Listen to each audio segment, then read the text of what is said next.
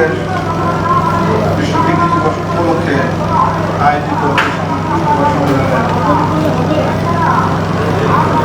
আমার ডায়াসেস আমার সম্মানিত শিক্ষকবৃন্দ professor Nazrul Islam sir, Bangladesh association আহ্বায়ক professor Mujibur Rahman sir, professor Samad sir, আহ্বায়ক ক্যাম্প ডাক্তার মেঘমাদুল নোমান, ডাক্তার আলম নির্মম এবং ডক্টর ভাই সহ সামনে উপস্থিত প্রিন্ট মিডিয়া, বিভিন্ন প্রিন্ট মিডিয়ার ভাই বোনেরা এবং আমাদের কিডনি বিশেষজ্ঞ ভাই বোনেরা, আসসালামু আলাইকুম।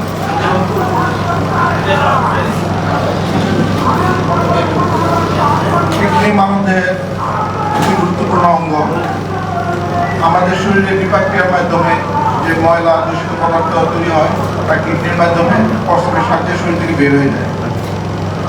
কিডনিকে সুস্থ রাখা এবং কিডনি রোগীদের জন্য সাহায্য ও সমর্থনের আশীর্বাদ নিয়ে 2006 সাল থেকে international society of nephrology ISN এবং international federation for kidney foundation IKF এর যৌথ উদ্যোগে এবং বিশ্বের প্রতিটি দেশের রেনাল অ্যাসোসিয়েশনের সমন্বয়ে বিশ্বব্যাপী কিডনি দিবস পালিত হয়। এর ধারাবাহিকতায় কিডনি রোগ দ্রুত শনাক্তকরণ ও কিডনি রোগ প্রতিরোধের বার্তা নিয়ে আগামীকাল 13 মার্চ সারা বাংলাদেশ ব্যাপী বিশ্ব কিডনি দিবস পালিত হবে। এবার বিশ্ব কিডনি দিবসের প্রতিপাদ্য হচ্ছে আপনার কিডনি কি সুস্থ?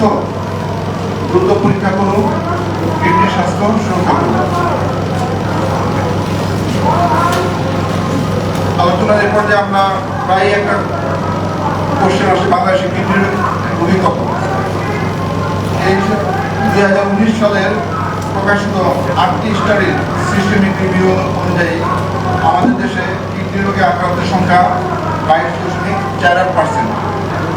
এর ভিতর মহিলাদের প্রাধান্য বেশি, প্রায় 25% এবং পুরুষ 20%। 17 কোটি মানুষের এই দেশে এই তথ্য অনুযায়ী কিডনি রোগীর সংখ্যা প্রায় 3,82,00,000 এবং দ্রুত হারে এই সংখ্যা বাড়ছে। বিভিন্ন গবেষণা অনুযায়ী গত 1 দশকে কিডনি রোগীর সংখ্যা প্রায় দ্বিগুণ হয়েছে। এই মহামারীতে প্রতি বছর 30 থেকে 35,000 রোগীর কিডনি নতুন করে বিকল হচ্ছে। বাংলাদেশের চিকিৎসা ব্যবস্থার যে ক্ষমতা সেই অনুযায়ী আমরা এই নতুন রোগীদের 15 থেকে 20% রোগীকে ট্রান্সপ্লান্ট, ডায়ালাইসিস এবং অন্যান্য কিডনি চিকিৎসা দিতে পারছি। তার মানে প্রায় 80% রোগী প্রয়োজনীয় চিকিৎসার অভাবে অথবা বিনা চিকিৎসায় মৃত্যুবরণ করছে, যা অতি ভয়াবহ আমাদের দেশের জন্য, আমাদের কিডনি চিকিৎসকদের জন্য। শুধু যে বাংলাদেশে কিডনি রোগ বাড়ছে তা নয়, সারা পৃথিবীব্যাপী বর্তমানে 85 কোটির বেশি মানুষ কিডনি রোগে ভুগছে।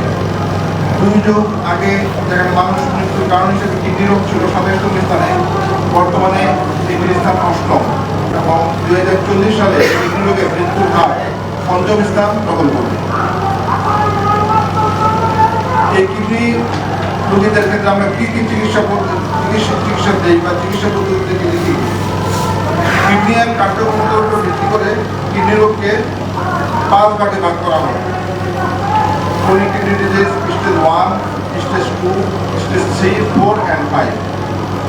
এর ভিতর স্টেজ 1 থেকে 3 কিডনি রোগের চিকিৎসা পদ্ধতি হচ্ছে স্বাস্থ্যকর জীবনযাপন ও ওষুধ, এবং স্টেজ 4 ও 5 এর চিকিৎসা পদ্ধতি হচ্ছে ডায়ালাইসিস ও কিডনি প্রতিস্থাপন। ডায়ালাইসিস এটি আবার 2 রকম, একটা হচ্ছে পেরিটোনিয়াল ডায়ালাইসিস আর একটা হেমোডায়ালাইসিস। পেরিটোনিয়াল ডায়ালাইসিস যেটা এই পদ্ধতিতে মানুষের কিডনি রোগীর পেটের ভিতরে আমরা ফ্লুইড দেওয়া হয়, সেটা পেরিটোনিয়াল মেমব্রেনের এক্সচেঞ্জের মাধ্যমে আমাদের শরীরের ময়লাগুলি বের হয়ে যায়। আর হেমোডায়ালাইসিস সম্বন্ধে আপনারা জানেন, যেটা মেশিনের মাধ্যমে আমাদের সারা শরীরের রক্ত পরিশোধ করা হয়। কিডনি রোগীদের ভয়াবহতা সম্বন্ধে আমরা মোটামুটি অনেকে জানি, এবং এই ভয়াবহতা থেকে আমাদের কাছে একটা কোশ্চেন সবসময় জাগে যে কিডনি রোগ কি প্রতিরোধযোগ্য? এর উত্তর, বিগত দিনগুলিতে দীর্ঘমেয়াদী কিডনি রোগের চিকিৎসা মূলত কিডনি প্রতিস্থাপন এবং ডায়ালাইসিসের উপর কেন্দ্রীভূত ছিল। কিন্তু বিভিন্ন গবেষণায় ইতিমধ্যে দেখা গেছে কিডনি রোগ দ্রুত শনাক্ত করতে পারলে এবং কিডনি রোগের প্রাথমিক পর্যায়ে চিকিৎসার ব্যবস্থা করলে 60% পর্যন্ত কিডনি রোগের অগ্রগতি ও বিস্তার করা সম্ভব। তার মানে কিডনি রোগ প্রতিরোধযোগ্য। সুতরাং কিডনি রোগের প্রাথমিক শনাক্তকরণ এবং রোগ প্রতিরোধের উপর আমাদের বেশি গুরুত্ব দিতে হবে। আমরা যদি কিডনি রোগকে স্টেজ 1 থেকে 3 এর ভিতর রাখতে পারি তাহলে তো ওষুধ আর জীবন যখন প্রণালী ধরে চিকিৎসা করা সম্ভব। সেই ক্ষেত্রে কিন্তু আমাদের ডায়ালাইসিস ট্রান্সপ্লান্ট লাগে না। সুতরাং কিডনি রোগের প্রাথমিক শনাক্তকরণ উৎসাহিত করার জন্য আমাদের সারা দেশে জনগণের মাঝে সচেতনতা বাড়াতে হবে।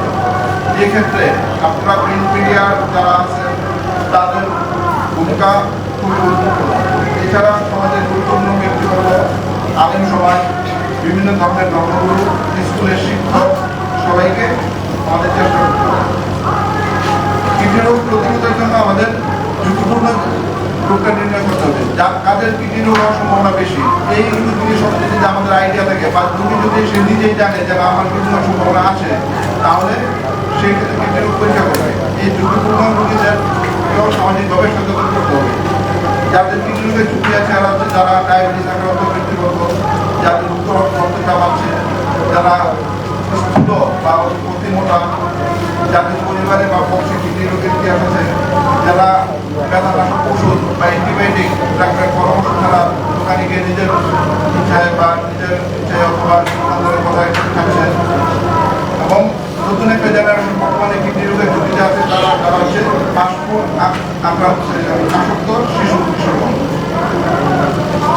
এই ঝুঁকিপূর্ণ ব্যক্তিবর্গের কিডনি রোগের পরীক্ষার ব্যবস্থা করতে হবে, তাহলে আমরা কিডনি রোগ দ্রুত শনাক্ত করতে পারবো।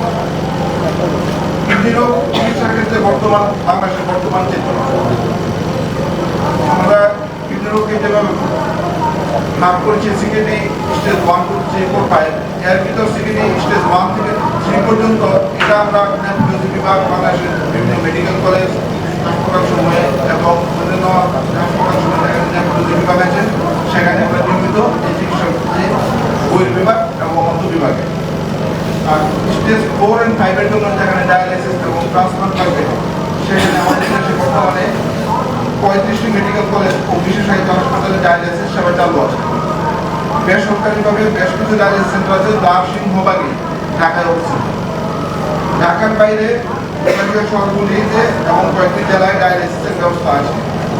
অধিকাংশ জেলা থেকে কিডনি রোগীদের চিকিৎসার জন্য ডায়ালাইসিসের জন্য বিভাগীয় শহরগুলিতে আসতে হচ্ছে, যা কিডনি রোগীর জন্য এবং কিডনি রোগীর পরিজন উভয়ের জন্য খুব পছন্দ এবং ব্যয়বহুল। কিডনি রোগের আরেকটা পদ্ধতি সিএপিডি, যেটা কন্টিনিউয়াস পেরিটোনিয়াল ডায়ালাইসিস, ইতিমধ্যে বলেছি যেটা পেটের ভিতর ফ্লুইড দিয়ে এটা এক্সচেঞ্জ করে এবং এটা বাড়িতেই করা সম্ভব। এটার জন্য ডায়ালাইসিসের জন্য যেমন আমাদের বিভিন্ন সেন্টারে যেতে হয়, সিপিডি বাড়িতে করা সম্ভব। কিন্তু সিপিডি এর বিভিন্ন কারণে এই সিপিডিটা বাংলাদেশে এখনো জনপ্রিয় হয়। কিডনি ট্রান্সপ্লান্টের ক্ষেত্রে আমাদের দেশে কিডনি ট্রান্সপ্লান্ট 1982 সালে শুরু হয়েছে। সেই হিসাবে আমাদের অনেক দূর এগিয়ে যাওয়ার কথা, কিন্তু মাঝে মাঝে থমকে যাওয়ার কারণে আমরা পার্শ্ববর্তী অনেক দেশ থেকে কিডনি ট্রান্সপ্লান্টের ক্ষেত্রে পিছিয়ে আছি। কিডনি প্রতিস্থাপনের ক্ষেত্রে লাইফ রিলেটেড কিডনি, এক্ষেত্রে কিডনি ডোনার পাওয়া খুব কষ্টসাধ্য আমাদের দেশে। আর ক্যাটাগরি কিডনি ট্রান্সপ্লান্টের ক্ষেত্রে যেটা মৃত ব্যক্তি থেকে কিডনি সংগ্রহ করা হয়, সেই ক্ষেত্রে আমরা পিছিয়ে আছি। যদিও এটা উন্নত বিশ্বে এটাই সবচেয়ে বেশি বর্তমানে হচ্ছে চিকিৎসা ব্যবহৃত হচ্ছে। এ পর্যন্ত মাত্র বাংলাদেশে 2টি ক্যাটাগরি ট্রান্সপ্লান্ট হয়েছে, একটা পিএসসির মধ্যে এবং একটি কিডনি ফাউন্ডেশন হাসপাতাল। এই কিডনি রোগী চিকিৎসার জন্য আমাদের ফ্রন্টলাইন যোদ্ধা হচ্ছে কিডনি বিশেষজ্ঞ চিকিৎসক। বর্তমান বাংলাদেশের সরকারি ও বেসরকারি ভাবে কিডনি বিশেষজ্ঞের সংখ্যা 350 জন। আমাদের দেশে বর্তমান জনসংখ্যা 70 কোটি ধরলে 5 লক্ষ জনগণের জন্য একজন কিডনি বিশেষজ্ঞ ডাক্তার আছেন।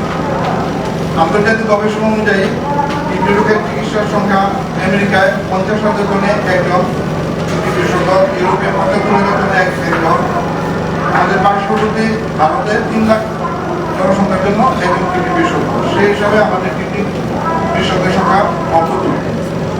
আমাদের দেশে আলাদা রেনাল নার্স নেই, এবং মেডিকেল টেকনিশিয়ান যারা মেশিনগুলি পরিচালনা করে এদের সংখ্যা খুবই কম।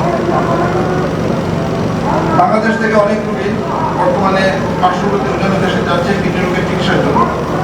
গত কয়েক মাস যাবত আমরা দেখেছেন, আপনি নিউজ করেছেন যে বাংলাদেশ থেকে প্রায় 8 লাখ রোগী পার্শ্ববর্তী দেশগুলো যায় চিকিৎসার জন্য প্রতি বছর, এবং $5 বিলিয়ন যে বাংলাদেশ ব্যাংকের গঠন করেছেন, $5 বিলিয়ন বাংলাদেশ থেকে খরচ হয় এই কিডনি রোগের চিকিৎসার জন্য। এটা দেশের বাইরে চলে যাচ্ছে।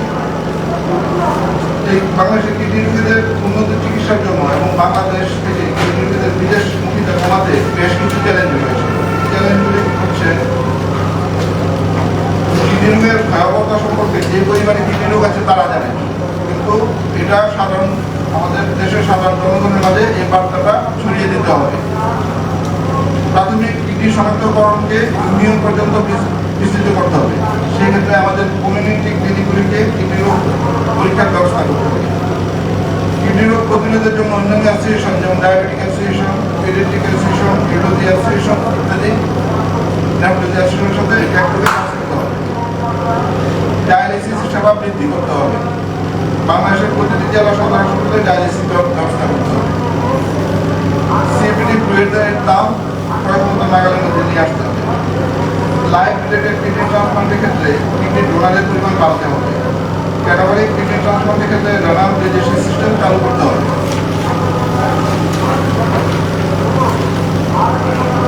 কিডনি রোগ চিকিৎসকদের যথাসময়ে প্রমোশনের ব্যবস্থা করতে হবে। কিডনি বিশেষজ্ঞ তৈরির জন্য এমডি কোর্স বিভিন্ন প্রতিষ্ঠানে বিস্তৃত করতে হবে। বিশেষজ্ঞ চিকিৎসকদের প্রয়োজন অনুযায়ী সুষমভাবে গঠন করতে হবে এবং কিডনি রোগীদের বিদেশমুখীতা কমানোর জন্য আরও উন্নত সুযোগ সুবিধা সহ চিকিৎসার ব্যবস্থা করতে হবে। প্রিয় সাংবাদিক ভাই বোনেরা, আমরা সকলে বাংলাদেশের নাগরিক। আমরা আমাদের প্রাণের চেয়ে ভালোবাসি। আমার আপনার পরিবার পরিজন আত্মীয় স্বজন নিয়ে এদেশের জনগণ। আমরা আমাদের পরিজন বন্ধু বান্ধব সমাজকে যদি কিডনি রোগ নিয়ে সচেতন করতে পারলে সারা দেশের মানুষ সচেতন হবে। সেই ক্ষেত্রে আপনাদের বিশাল ভূমিকা রয়েছে। আমরা কিডনি বিশেষজ্ঞ একজন রোগী অথবা রোগীর স্বজনকে বুঝিয়ে যতটুকু সচেতন করতে পারবো, তার চেয়ে আপনাদের রোগী এক প্রচারণার মাধ্যমে আরো দ্রুত এই বার্তা সারা দেশে আপনারা পৌঁছে দিতে পারবেন। সুতরাং উপরোক্ত চ্যালেঞ্জগুলি সম্পর্কে আপনাদের জিজ্ঞাসা থাকলে সেই প্রশ্নগুলি আমাদের বিশেষজ্ঞ চিকিৎসকদের কাছে করতে পারবেন। আমরা আজকের আয়োজনের মাধ্যমে আগামীকাল কিডনি দিবসের সফলতা কামনা করছি এবং আপনাদের সকলকে দাওয়াত দিচ্ছি আগামীকাল 11 মার্চ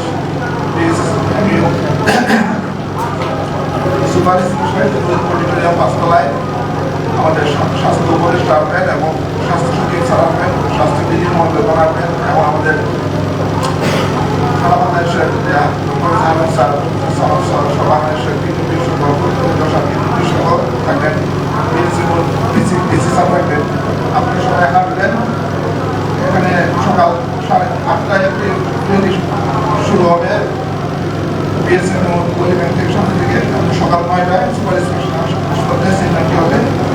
আজকে এবং কালকে সংবাদগুলি আপনাদের প্রিন্ট মিডিয়া প্রকাশ করবেন যাতে সারা বাংলাদেশের মানুষ এই দিবস সম্পর্কে জানে।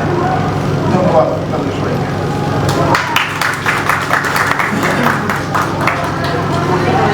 আপনাদের কোশ্চেনগুলি আমাদের সাবরাপ আছে, আপনাদের সবগুলো কোশ্চেন আমাদের বিশেষজ্ঞ সাবরাপ উত্তর দেবেন। আমি মুখ্য খবরের আমার হলো আপনার যারা ব্যথা নিয়মিত যেমন আমি আমার শরীর বা জ্বর ব্যথা হলে আপনি নর্মাল না থাকে নর্মাল যেটা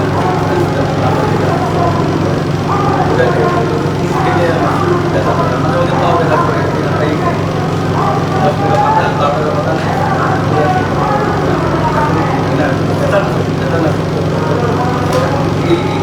মাঝে মধ্যে খাওয়া পড়ে এটা মানে কি হতে পারে।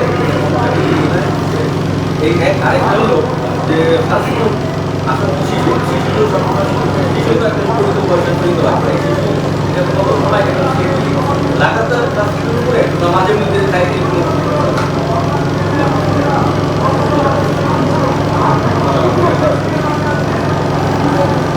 আসসালামু আলাইকুম। অনেক ধন্যবাদ আপনার প্রশ্নের জন্য। প্রথম যে প্রশ্নটি আপনি করেছেন সেটা হচ্ছে ব্যথানাশক ওষুধ খেলেই আমার কিডনি নষ্ট হবে কিনা। ব্যাপারটা হচ্ছে ব্যথানাশক ওষুধ বিভিন্ন ধরনের হয়। তার মধ্যে কেউ বেশি খারাপ, কেউ কম খারাপ। আপনি প্যারাসিটামলের কথা বলেছেন, প্যারাসিটামল অপেক্ষাকৃত কম খারাপ, কিন্তু কোনোটাই একেবারে নিশ্চিন্তে খাওয়ার ওষুধ না। পৃথিবীর কোনো ওষুধই নিশ্চিন্তে খাওয়ার ওষুধ না। আপনি ডাক্তারের পরামর্শ ছাড়া নিয়মিত ভিত্তিতে কোনো ওষুধই খাবেন না। যে কোনো ওষুধই আপনার হয় কিডনির ক্ষতি করতে পারে বা অন্য কোনো অর্গানের ক্ষতি করতে পারে। তাই প্রথম জিনিসটা হচ্ছে যে আমরা চিকিৎসকের পরামর্শ ছাড়া ওষুধ খাবো না। এক।